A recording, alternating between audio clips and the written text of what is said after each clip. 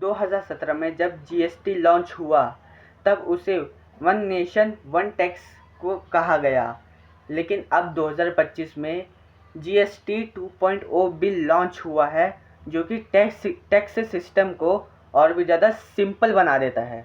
जब पहली बार GST launch हुआ था तो उसके 4 स्लैब हुआ करते थे, 5%, 12%, 18% और 28%, जो कि एक आम आदमी के लिए बहुत ही ज़्यादा कंफ्यूजिंग हुआ करता था। लेकिन अब ये जो नया रेवेन्यू शेयरिंग के लिए जीएसटी 2.0 आया है, इसने कुछ ऐसे नए बदलाव किए हैं।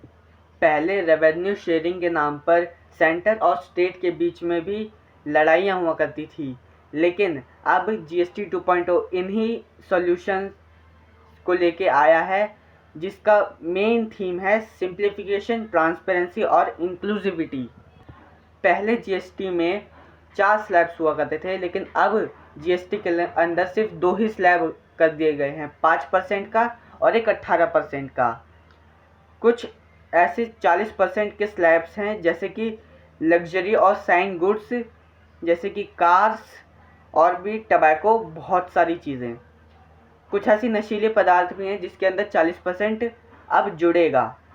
और इसके साथ में एक और चीज़ एसेंशियल, जैसे कि मिल्क, रोटी, मेडिसिन्स के ऊपर 0% टैक्स कर दिया गया है, यानी कि अब ये चीज़ें जीएसटी से फ्री हो जाएंगी।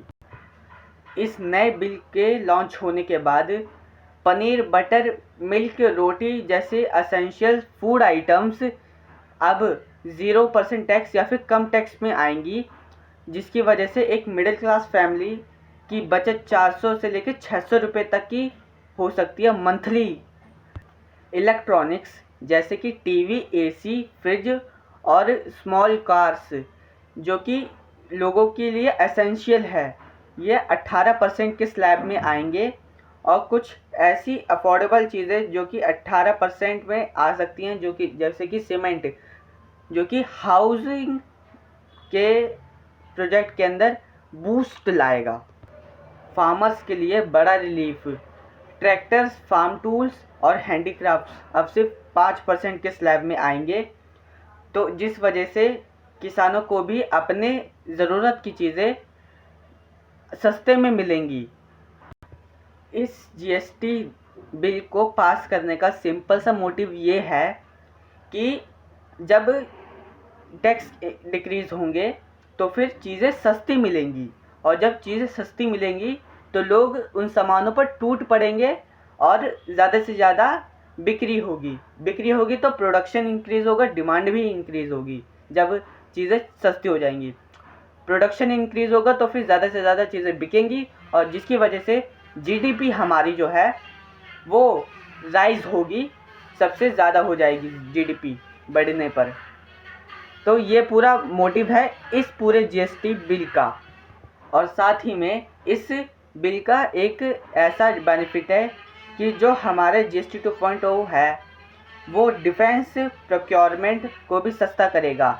अब ये जो आर्म्ड डिफेंस सिस्टम के लिए जो हथियार खरीदते हैं, उस पर सेंट्रल गवर्नमेंट हर साल 15,000 से लेके 25,000 करोड़ रुपए तक बचा सकती है हर साल। इस बिल के रिलीज़ होने का 5 ऐसे कारण हैं जो कि इसे इफ़ेक्टिव लॉ बनाते हैं।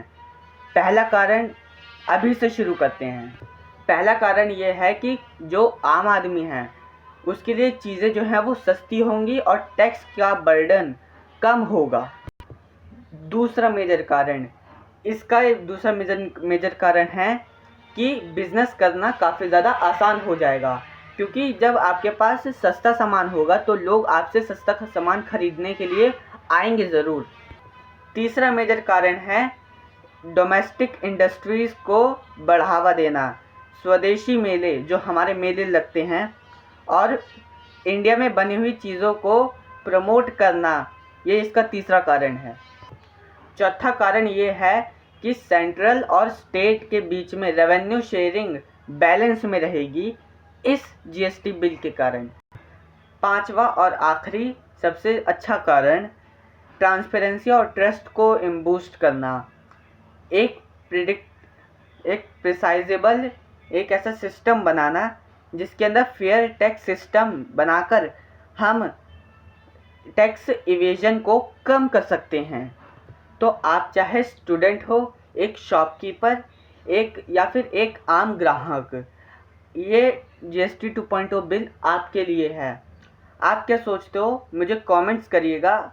और एक ऐसा सवाल है जो कि इमर्ज होता है, क्या ये बिल एजुकेशन को सस्ता बना देगा? तो जिसका जवाब है हाँ। अगर कोई ऐसा स्कूल या कॉलेज जो कि गवर्नमेंट से रिकॉग्नाइज्ड है, उसमें GST बिल 0% हो जाएगा। और ये काफ़ी अच्छी बात है स्टूडेंट्स और पेरेंट्स के लिए। अब आपके लिए मैं एक दूसरा सवाल छोड़ के जाता हूँ कि क्या ये GST बिल आपकी सैलरी को कम करेगा या फिर कोई इफ़ेक्ट डालेगा आपकी सैलरी के अंदर? कमेंट्स में ज़रूर बताइएगा।